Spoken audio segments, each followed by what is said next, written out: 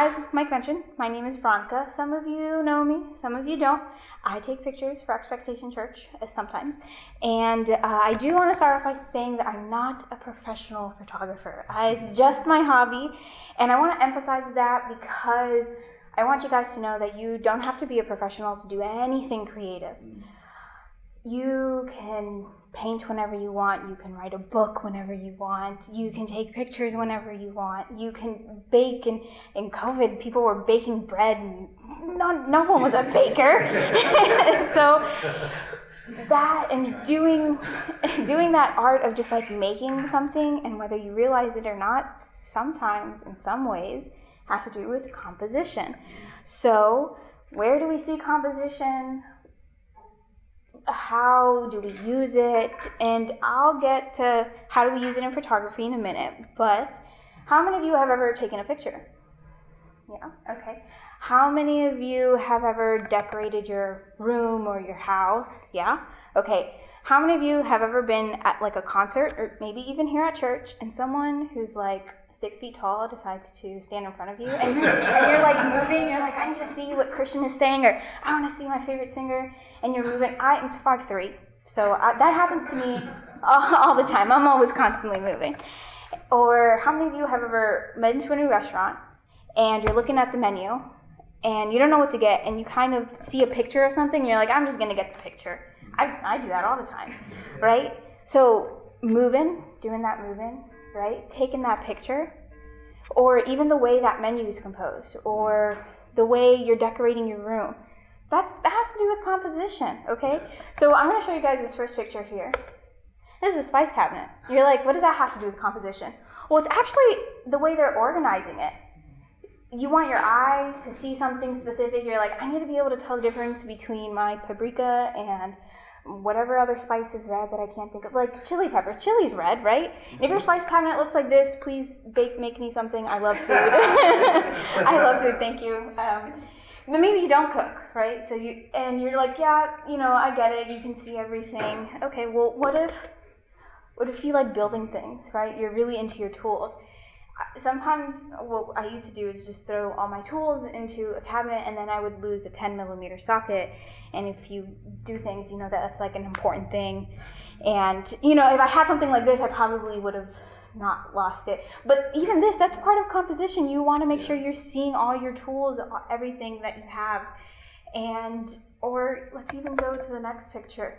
If you come into a coffee shop and they have a nice couch set up, and maybe they have this layout so you can come and join your friends, sit with your friends. For those of you who don't know, this is a picture. Yeah, they want to invite you in, and they want you to stay there.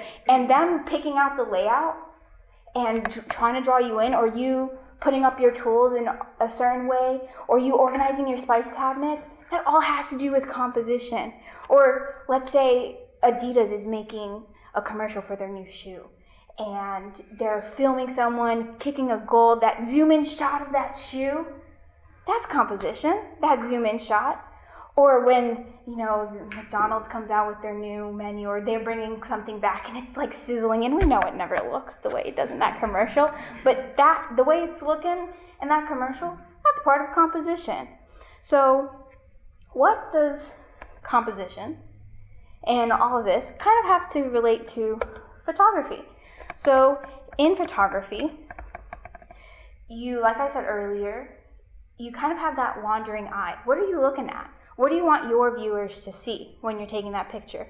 For me, when I volunteer at church, Mike kind of gives us subjects. Take a picture of Christian, take a picture of the volunteers, take a picture of interactions, take a picture of the ecnow.info center. I got that right. Which to me, that's so hard for me to take, because I'm just like, I'm trying to take a picture of the moment where they put the welcome home card in the thing, and then I was just like, oh my gosh, this seems so impossible. But I always try every week. I always kind of try. But me doing that moving around, sometimes you'll see me like scurrying or running from one side, because I'm trying to move, and I'm trying to make sure I get that shot. And so with photography, the cool thing about photography is they have all these kind of rules. I'm going to share one with you in a minute called Rule of Thirds. They have these rules set up So that can kind of help you with your composition. And so this one up here, the rule of thirds, you can use it in two ways. The first one on the picture of the left, you can use the intersecting lines, so kind of like the tic-tac-toe chart, to put your subject in. So in the picture on the left, you see that I use that top line to kind of put the worship team, and that's where I wanted my subject to be.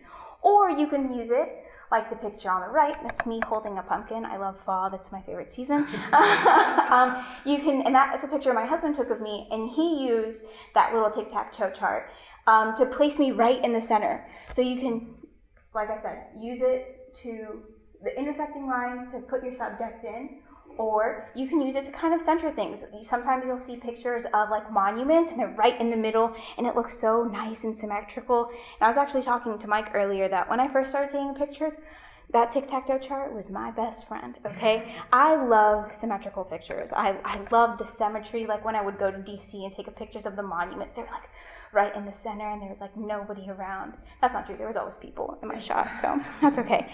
So I'm gonna go to this next picture here. So in this next picture, I want to show you guys this because I really want you guys to, like Mike said, think like a kid. And what are kids always doing? Moving. They never sit still. And when you're taking pictures, in that sense, think like a kid and move around, move your body. So in that first picture on the left, we have somebody, it's Mike, holding pizza. Okay, it's Pastor Appreciation Month. He loves pizza. He's holding pizza, and I love the photo, and I liked how it looked. But then I was like, look, I want a different angle. So what did I do? I moved around and moved all the way around, and I took that second photo, which is what you see on the right there. And I love both, and both are equally, I like them. Some you may prefer one more than the other, but that's another thing about photography that is so great. It's what you want. What do you want them to see? How are they looking at it? Or is there a specific message that you're getting across? And that's why kind of art galleries are really cool, because everyone's kind of standing there taking in what they think about the picture. Some people see happiness, some people see sadness, and you're just like, I kind of just see the color yellow. And that's okay, that's so okay, but all of that is composition. And so we'll go to the next picture here, and I love this photo I took during one day when I was worshiping. I was serving, and I'm taking pictures of the worship team, and they look awesome. They sound awesome. They always sound awesome. And I see this moment happening right in front of me, and I don't know if they're a mother or daughter or sisters. I don't know who they are. And I see this moment, and I'm just like, I had to take a picture. So what did my 5'3" self do? I scurry. I'm probably standing on like a step or something, and I'm zooming in, and I capture that photo on the left, and I just love it. And I don't know if you can tell from the picture here, but it says, "Will you meet me here again?" And to me, I was like, that. I mean, I don't know what the church does with all those photos. I don't know what you guys do, but I wanted that photo for me. Because I think about my little sister or my older brother who actually recently started coming to church. And I just thought of that moment, and I was like, oh, that moment when you're in church with somebody and you're embracing them and you're just like, I want you to come again and again and again. And I saw that photo when I was putting the slides together, and I was like, I remember how that photo made me feel. And I thought it was so awesome. And really, that's composition, just me moving around, capturing those different moments. And in photography, that's really what you're doing when you're using composition. Think like a kid, always move. They have some cool rules set for you, like the rule of thirds. And take pictures, have fun. Fail, take lots of bad pictures. If you take lots of bad pictures, then you'll kind of know what the good ones look like. It's okay if your shot's not in the middle. It's okay if you don't follow the rule of thirds perfectly. I definitely didn't at first. I was like, why is this blurry? Why am I taking pictures of my feet? Like, what am I doing? And you don't have to have like a professional camera. I know you see some of us at church and we're holding these big contraptions. If you have a phone, if you have any camera, the one that like shoots out photos, what are those? Polaroids. There you go. It shows that I just showed my age, but that's okay. That's totally fine. Take pictures with anything, guys, and just feel free to be creative. And even if you're like, photography is not my thing, rearrange your living room. That's always fun. Maybe you have this like big yellow rug that you're just dying to put out. Rearrange the living room to insert that yellow rug. When people come over, they're like, wow, I like that rug. Yeah, do it. Just go out there, be creative. Composition is kind of everywhere.